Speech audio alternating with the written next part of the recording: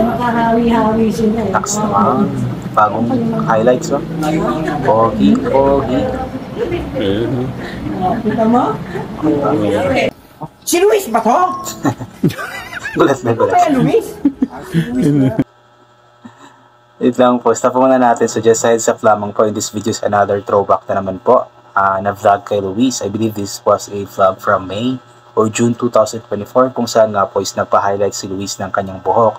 At talagang nakakatuwa itong si Kuya Lito. Talagang palabiro kasi si Kuya Lito every time na andun siya sa vlog nila Tekram or maging sa vlog po niya sa kanyang channel na Jolly Vlogs. Talagang palabiro itong si Kuya Lito. At gulat na gulat nga po siya sa bagong look nga po ni Luis kasi nga po mas lalo nga pong pumogi yung bata. Pina-highlights po yung kanyang buhok at mas lalong na-highlight po ang kanyang kabugian nga po. Kaya nakakatuwa lamang po na merong pagkakataon din po na yung kumbaga binibigyan ng time ni Tekram si Luis na mapaayos yung buhok, mapa-highlights yung buhok. At wala namang pasok yata that time kaya nakapagpa-highlights nga po na buhok si Luis. So tara po ipapatuloy po natin ang panonood. Okay. Ba't niyo po pinalitan? Mahirap daw po sundutin. Ganyan pala yun.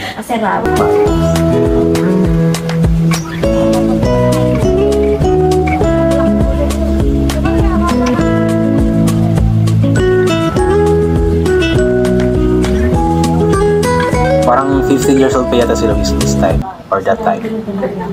Makahawi-hawi sila eh. O, diba? Highlights na.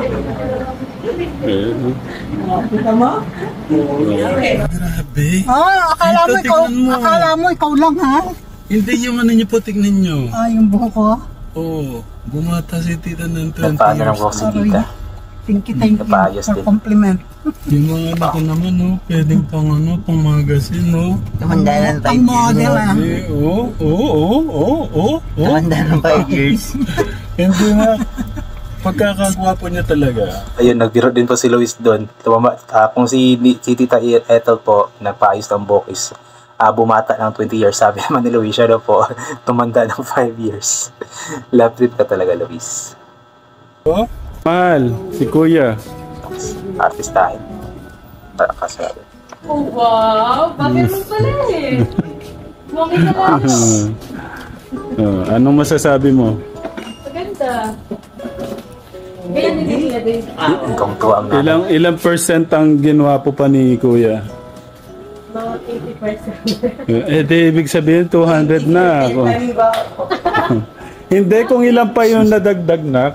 May ano ba? Kung ano na daw, kung 100 na, nadagdagan pa ng 80%. Siyempre pag ba namin, ano mga Tuwang-tuwa yung nanay eh. Mas lalong pumogi nga po yung anak niya pagkatapos nga pong magpa-ayos, magpa-highlights ng buhok. Which is totoo din naman. Kung baka nadagdagan nga po ng 80 to 100% nga po yung kapugian ni Luis nang magpa-highlights nga po siya ng kanyang buhok. sa'yo? Lalo hindi na siya bata. Binata na.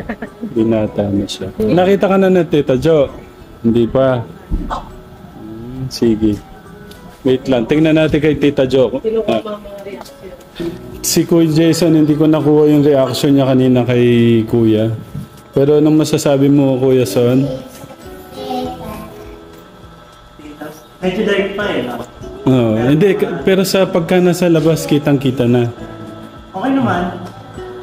Ano po kasi kapag ganyan po kasi na highlights, kapag nasa loob po or medyo madilim, of course hindi siya masyadong na-appreciate dahil nga po hindi masyadong lumalabas yung highlights. Pero kapag nasa labas po maliwanag, yung natural na light talaga is mas nagka-highlights talaga yung buhok. Kumbaga, mas nangingibabaw yung highlights. Kumbaga, ano daw po yun?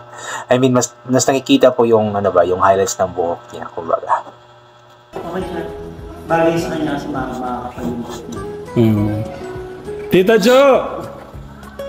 Wait! Come here! Anong masasabi mo sa buhok ni Kuya? Sandali.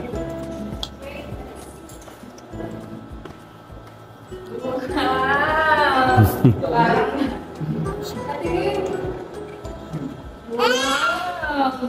Bigod ba yan? Mas light nila ako sa luwan. Wala pa naman. Wait lang, si Tito Lito. Tito Lito. Anong bago? Tanong mo.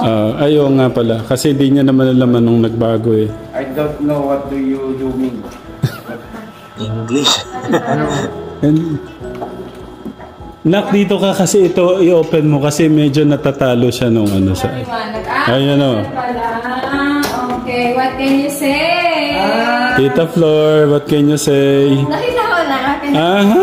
Sabi ko, lumiwanag ka ako yung ano niya, yung... Aura niya, no? Ay, yung parang yung aura, yung mukha, yung tone. Gano'n.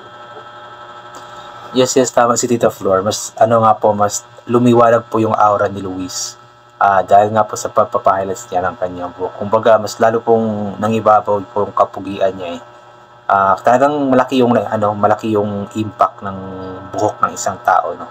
Para sa kapugian ng isang tao. Pero depende rin po sa tao kasi may mga tao din talaga na kahit na kalbo or walang buhok, kung pogi or maganda talaga. Ganun po. Nagpagupit ka na. Hindi niya malabo na mata mo. Ikaw ba yung Luis? Siguro meron doon, Sita. Dito. Natural light. Natural light. Love life ka talaga, Anay. Nakulit ako kung sino pa yung bata Ayan na. na. Dito talaga. Eh, si Luis ba to? Oo! Ay, ano po may bago to? Ano may bago? Hindi akala ko ibon na darna ka na. Di ba nga dyan? Joke lang. Oo nga naman, kasi yung ibong altar na kasi naka-highlights kasi yung buhok nun. Although iba lang yung kulay, iba-iba yung kulay. Pero yun nga po yung naisip dito. Parang ibong Adarna na nga daw po yung buhok ni Luis dahil sa highlights. Oo, magalit naman. Pero biro lang po yun, of course. Bagay naman, tsaka maganda sa new look. New look. Tsaka bagay naman sa ano niya. Sa mukha. Para siyang naging chinita. Sinito? Chinito. Binata na sila talaga. Ano? Binata na talaga sila. Dati, andun lang sa may putikan si Luis. Ngayon, tingnan mo naman, diba? Isipin mo lang. Oo nga, no? Puro. Kung dati, laging nasa babad sa araw si Luis, tapos nasa putikan, nakaharap sa itik, gano'n. Pero ngayon ibang-iba na si Luis, talagang pumogi na. At yun, yung kulay din po niya, dati napakaitim ni Luis, pero ngayon medyo na siya. Medyo hindi na siya gano'n kaitim, kumbaga. Ang kahalabilo ni Kuya Luis, puro itik dati. Oo. Tingnan mo. Siya formal na boy. Formal boy. Yun nga po yung vlog na yun, nakakatuwa lamang po dahil talagang mas nangibabaw yung kapugian ni Luis doon. Kaya thank you so much Tita Ram, kay Tita Ethel sa pagpapa-highlights kay Luis. And yun, hanggang dito na lamang po muna itong gagawin po natin na reaction video. So God bless po sa ating lahat at bye for now po.